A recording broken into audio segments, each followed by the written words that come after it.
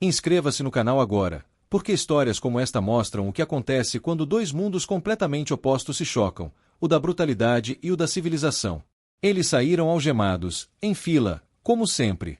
O som metálico das correntes arranhava o chão frio do pátio. Alguns olhavam para o nada, outros, com raiva, encaravam as câmeras que acompanhavam aquele grupo de 10 homens. Eram brasileiros, membros de facções conhecidas, transferidos em um acordo internacional para cumprir o restante da pena em uma prisão de segurança máxima na Noruega. Ninguém acreditava que fosse real. Uma prisão, na Noruega? O boato correu nos pavilhões. Lá tem TV, comida boa e até cama de verdade. Uns riram. Outros acharam que era piada. Mas na manhã seguinte, foram levados para o aeroporto militar, sob forte escolta.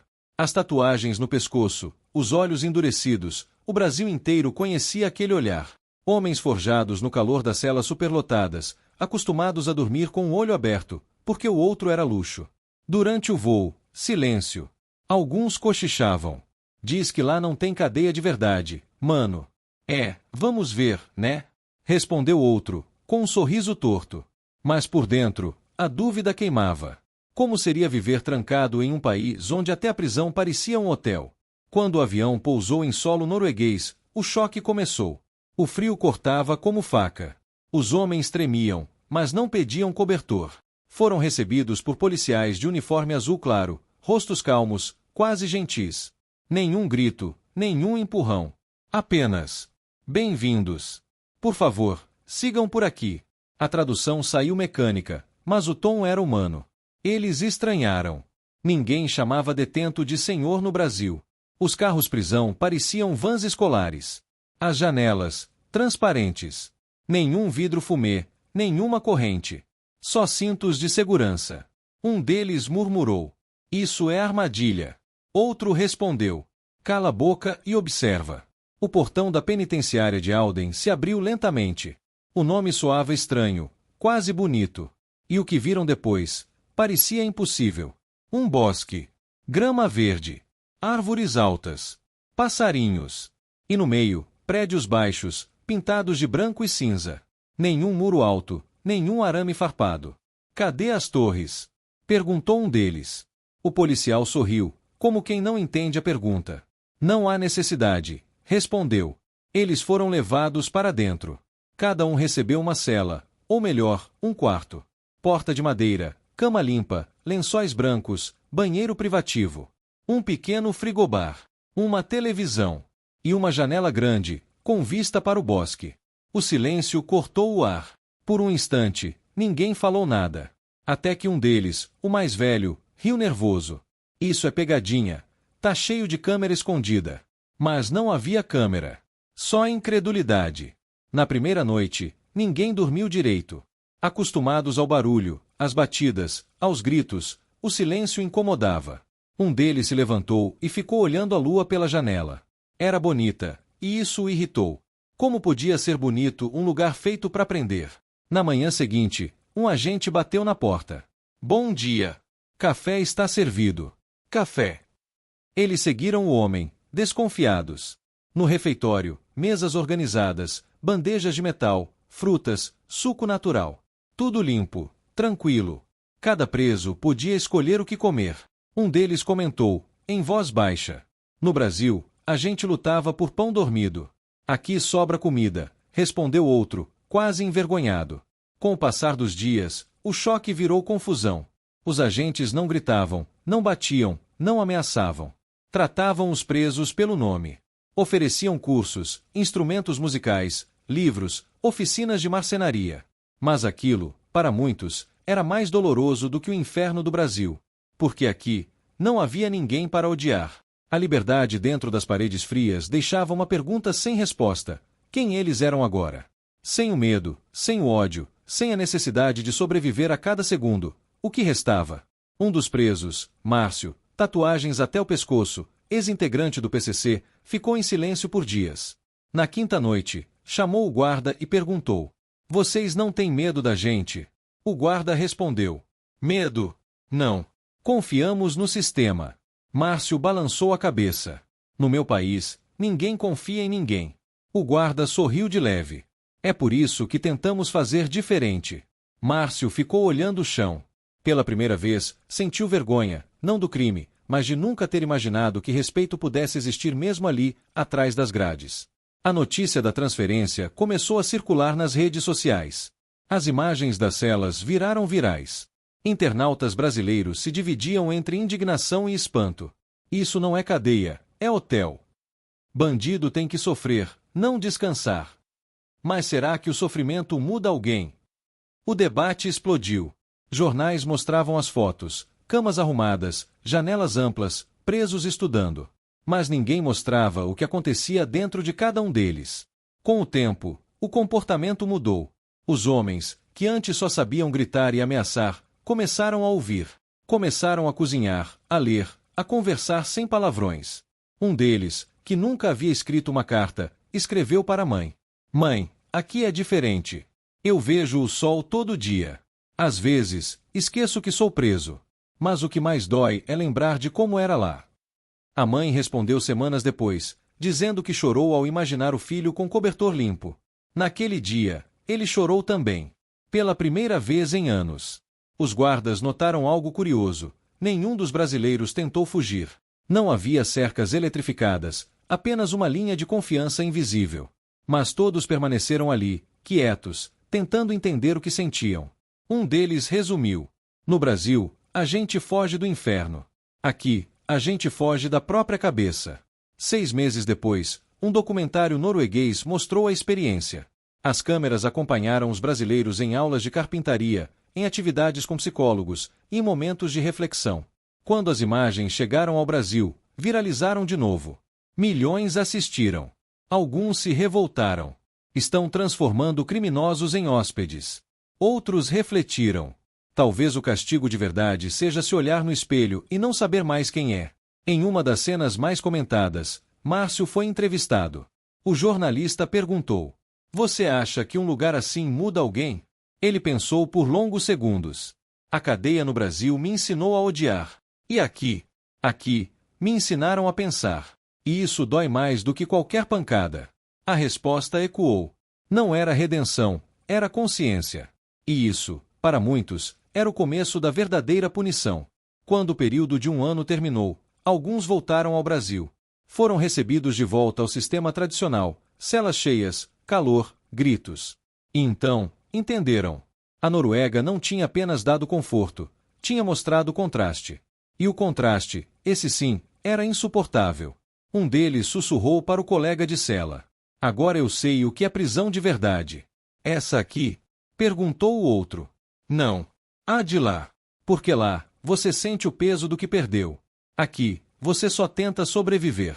O documentário terminou com uma frase simples, dita por um dos guardas noruegueses: punir é fácil.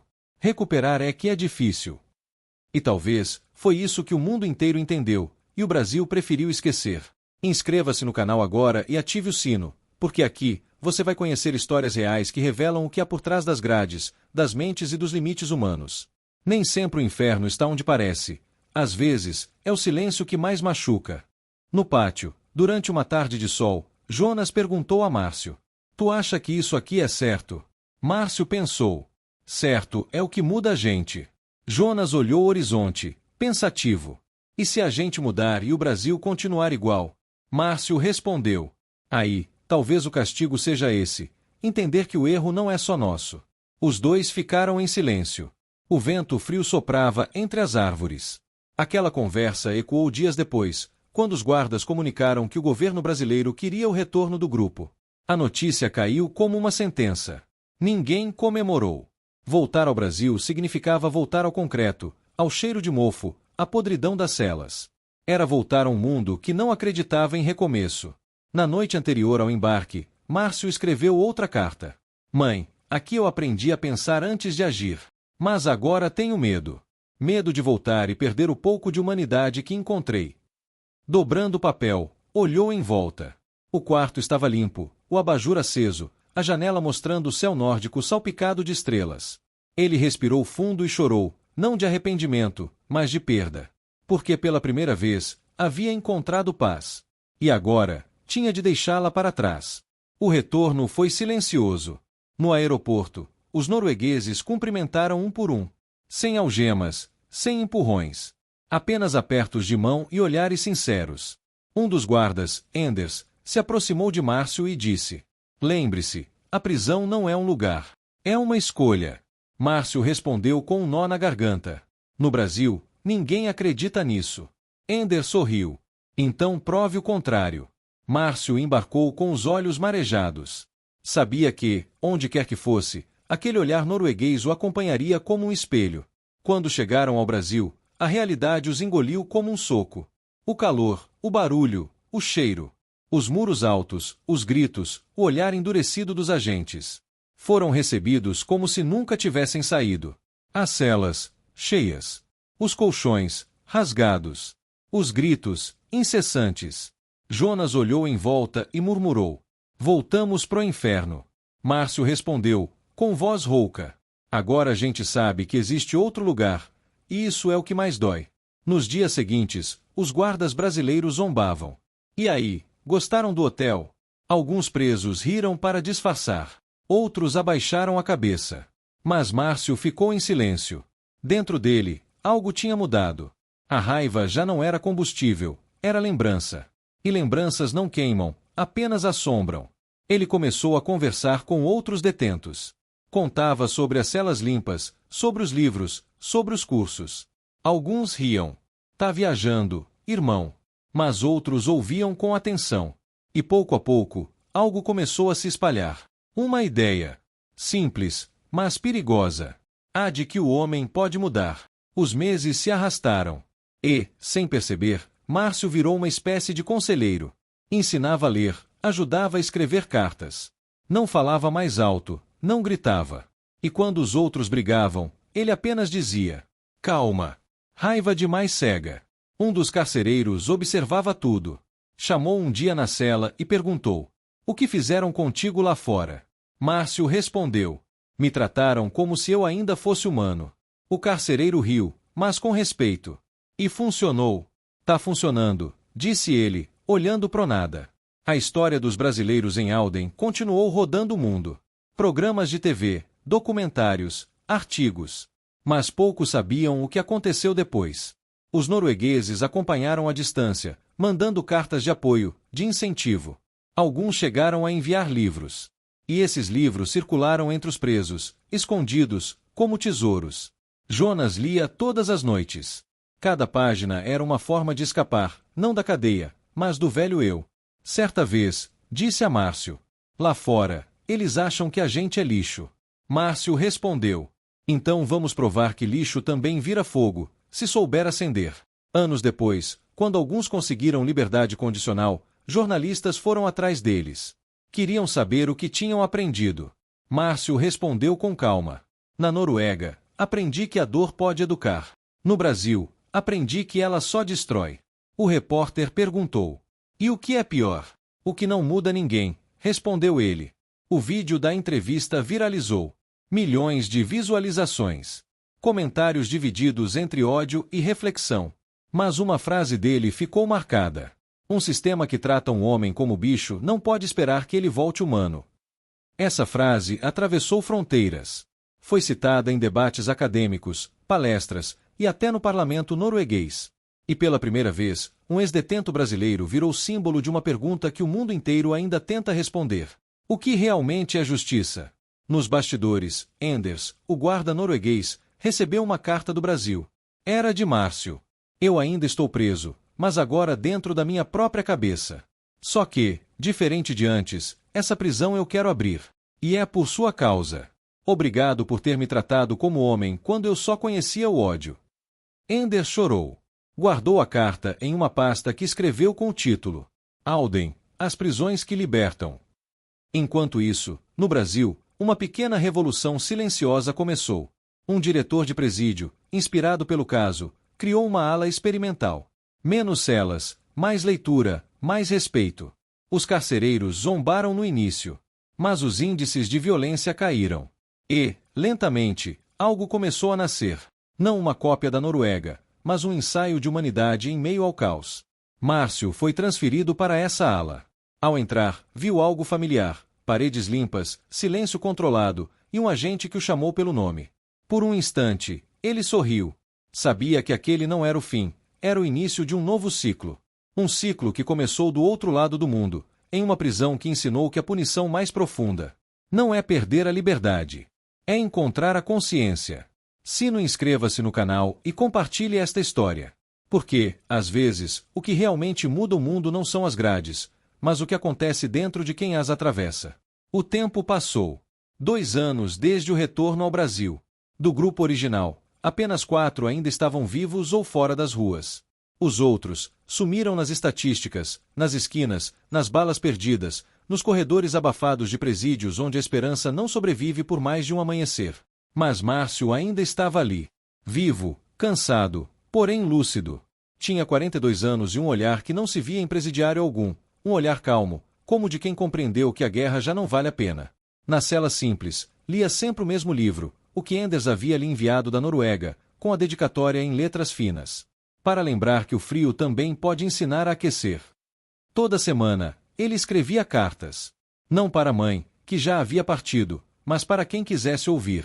Cartas que nunca chegavam a lugar algum, mas que os outros presos começaram a ler. Nelas, falava sobre o frio, o silêncio, as manhãs sem medo. Falava da primeira vez que dormiu sem estar alerta. Falava de como é estranho ser tratado com respeito quando você só conhece o desprezo. As cartas se espalharam. De cela em cela, copiadas à mão, lidas em voz baixa. Alguns riam, outros choravam. Mas ninguém ficava indiferente. Porque, no fundo, todos sabiam o que ele queria dizer. A pior prisão é aquela que a gente carrega dentro. Numa noite abafada, Jonas foi levado de volta para o mesmo presídio. Entrou com o corpo coberto de cicatrizes e os olhos cansados. Quando viu Márcio, sorriu. Ainda tá por aqui, irmão? Tô, respondeu ele. E tentando não voltar para dentro de mim. Jonas riu de leve. Tu fala igual norueguês agora. Os dois se abraçaram. Naquele gesto, um milagre silencioso aconteceu. 2 homens que, anos atrás, viveram de ódio e desconfiança, agora se abraçavam como irmãos de uma guerra antiga. Uma guerra sem vencedores. Na manhã seguinte, Jonas mostrou a Márcio algo que escondia no bolso, uma folha de jornal velha. Nela, uma reportagem com o título: Modelo norueguês de ressocialização começa a inspirar mudanças em presídios brasileiros. Márcio leu devagar, com os olhos marejados. Achou que nunca ia ver isso acontecer. Jonas respondeu: talvez a semente tenha pegado, mano. Lá atrás, quando a gente nem percebeu. E pela primeira vez em muito tempo, eles riram. Não de ironia, mas de esperança. Os dias seguintes trouxeram algo inédito. Um grupo de professores e psicólogos começou a visitar o presídio, testando novos métodos de convivência. Oficinas, leituras e conversas sobre moral e arrependimento. No começo, muitos zombaram. Mas quando viram que Márcio e Jonas participavam, a resistência começou a ceder. Em pouco tempo, a cela virou sala de aula. O giz riscando a lousa soava como o som mais improvável naquele lugar. As palavras escritas, respeito, reflexão, mudança, pareciam utopia.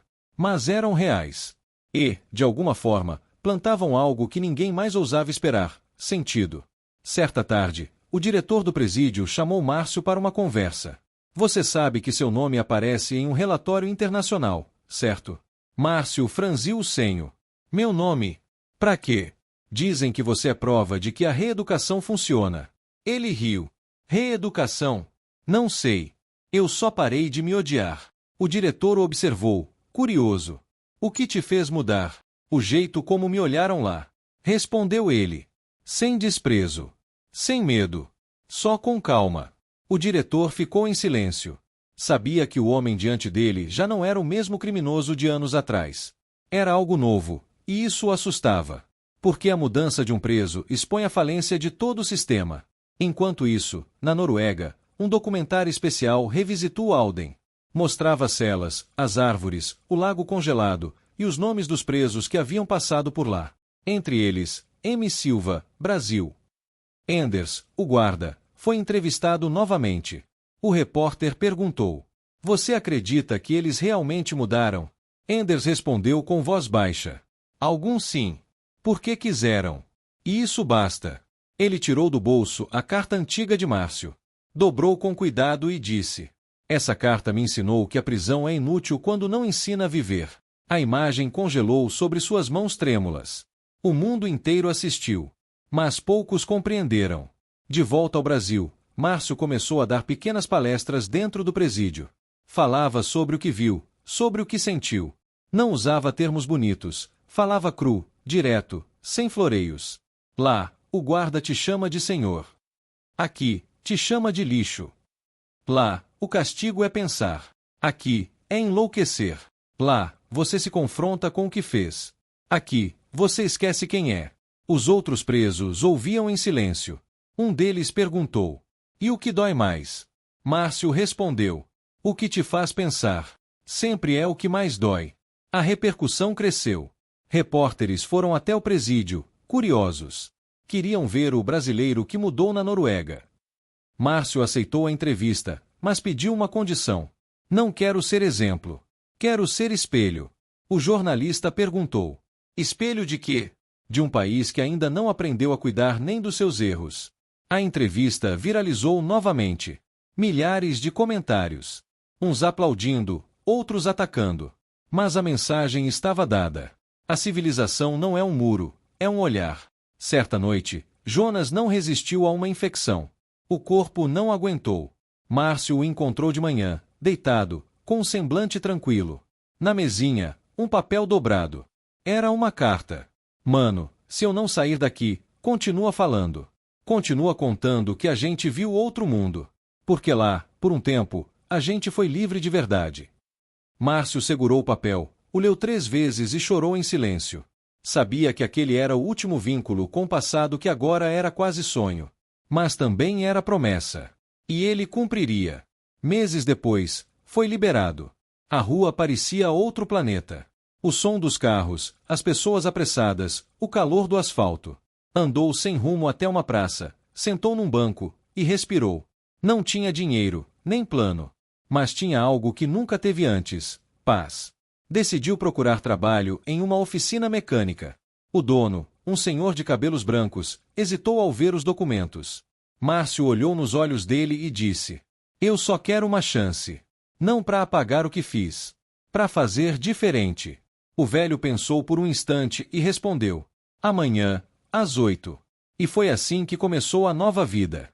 Com o tempo, Márcio virou voluntário em projetos sociais. Falava em escolas, visitava abrigos, ajudava ex-detentos a conseguir emprego. Nunca se dizia santo, apenas alguém que aprendeu tarde.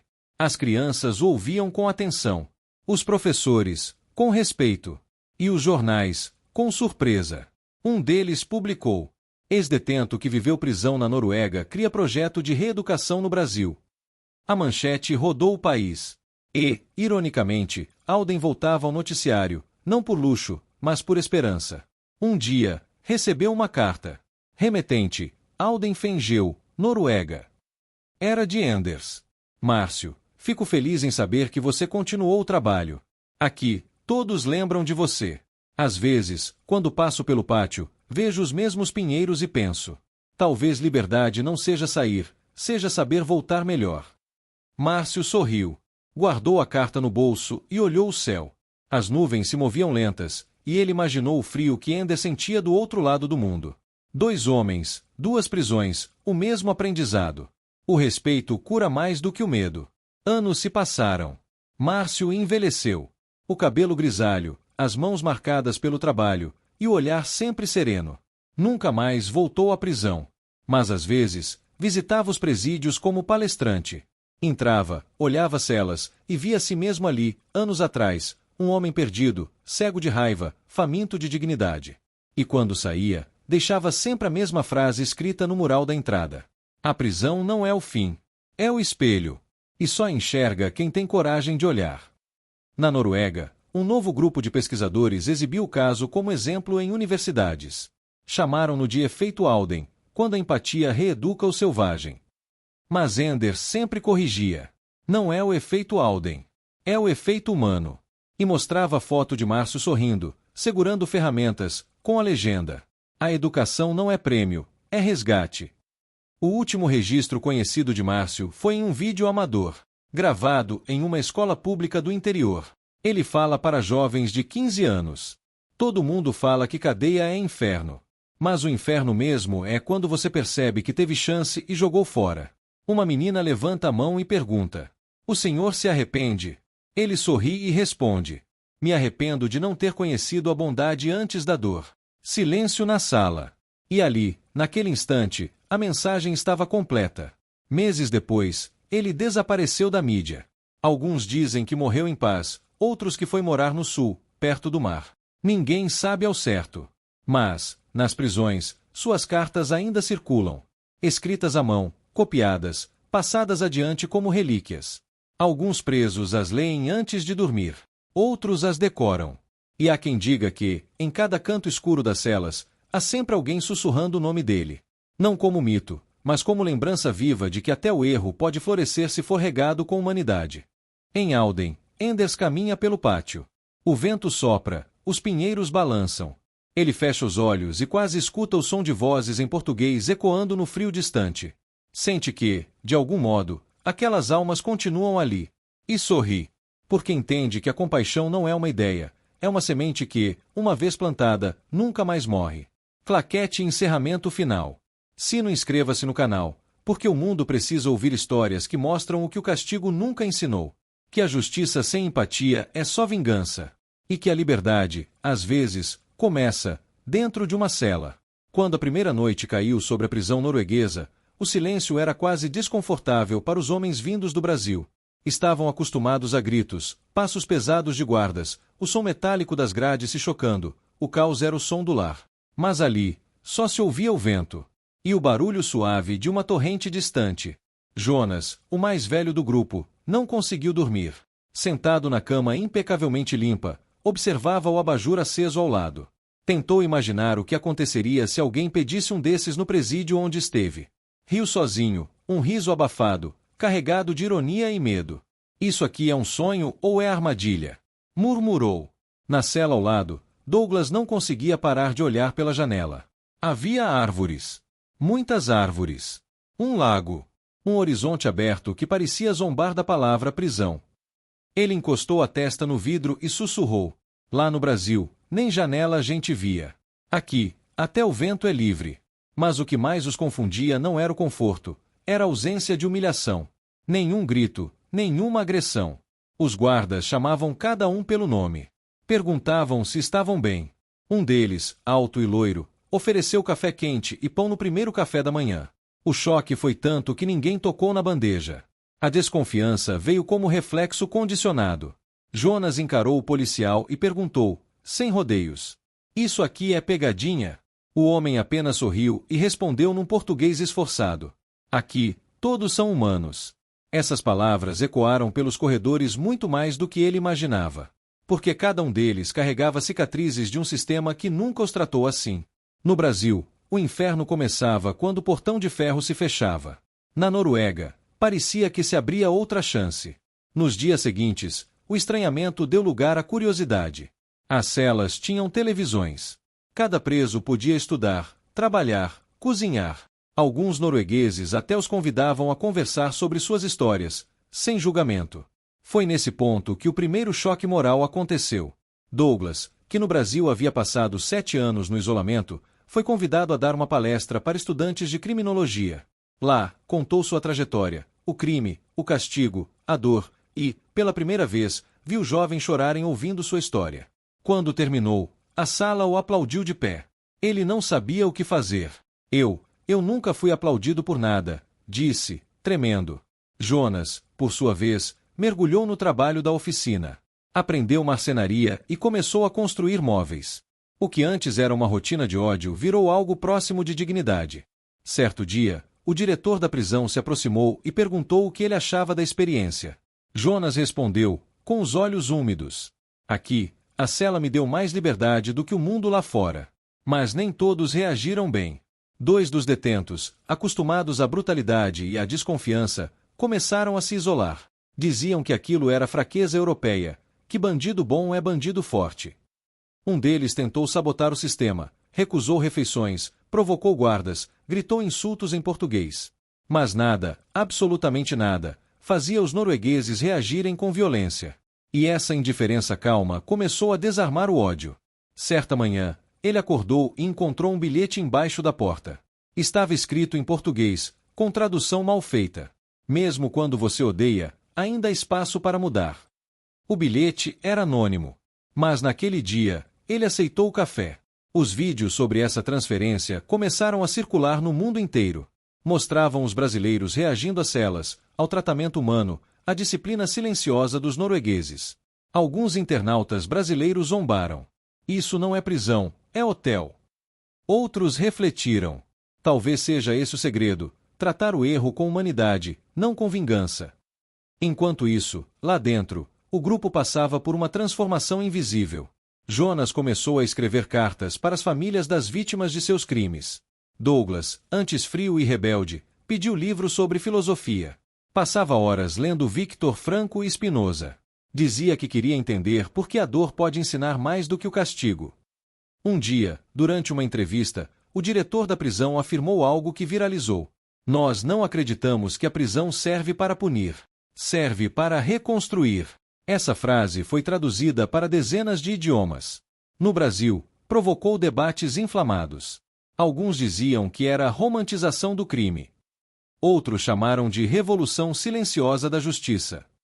Mas o que ninguém esperava era o que viria depois. Um dos presos brasileiros, aquele que mais resistia, pediu para ficar mais tempo, mesmo após cumprir a pena. Disse que não estava pronto para o mundo. Que lá fora, a verdadeira prisão esperava. A miséria, o preconceito, o abandono. O diretor respondeu com calma. A verdadeira liberdade é aprender a caminhar mesmo sabendo que o chão pode machucar. E assim ele foi. Quando o avião pousou de volta no Brasil, os homens desceram mudos. Carregavam mais do que lembranças, traziam a prova viva de que o ambiente muda o homem tanto quanto o castigo molda o medo. A imprensa os esperava. As câmeras se voltaram. Douglas, agora de barba feita e olhar sereno, disse apenas uma frase que rodou o mundo. No Brasil, eu era um número. Na Noruega, eu virei uma pessoa. A multidão silenciou. E, naquele silêncio, algo se quebrou. Sinal de alerta: se você acredita que a verdadeira mudança começa pelo entendimento, não pelo ódio, inscreva-se no canal. Aqui, cada história é um espelho da alma humana. Não apenas de quem errou, mas de todos nós. O avião pousou no Brasil com a mesma frieza do concreto que os aguardava. Os homens desceram sem algemas, mas pesavam em cada passo anos de silêncio, medo e incredulidade. A imprensa o cercou. Microfones avançavam como facas. Câmeras piscavam sem cessar. Alguns jornalistas questionavam. Como foi viver em uma prisão que não castiga? Vocês mudaram. Márcio olhou em volta e respirou fundo. Não sabia por onde começar. O cheiro da cidade, o calor sufocante, a pressa das pessoas, tudo lembrava o Brasil que ele havia deixado. No aeroporto, o caos da liberdade aparente o atingiu com força. O velho sistema não tinha mudado. As grades continuavam altas em outros presídios, o calor humano continuava escasso, e a violência permanecia latente. O grupo foi levado a um presídio de transição, aquele que o governo brasileiro criou para receber os detentos que tinham passado pelo programa piloto da Noruega. Porém, logo perceberam que a estrutura ainda era dura demais para a experiência que haviam vivido. Márcio, Jonas e Douglas caminhavam pelos corredores cheios de sons estridentes. A sensação era de estar em dois mundos ao mesmo tempo, a liberdade interior que aprenderam a cultivar e o ambiente externo que não valorizava isso. Eles começaram a ensinar aos outros presos o que aprenderam. Não é sobre obedecer às regras, dizia Márcio. É sobre entender quem você é quando ninguém te olha. Alguns ouviram com atenção. Outros riram, chamando-os de doidos europeus. Mas as sementes haviam sido plantadas.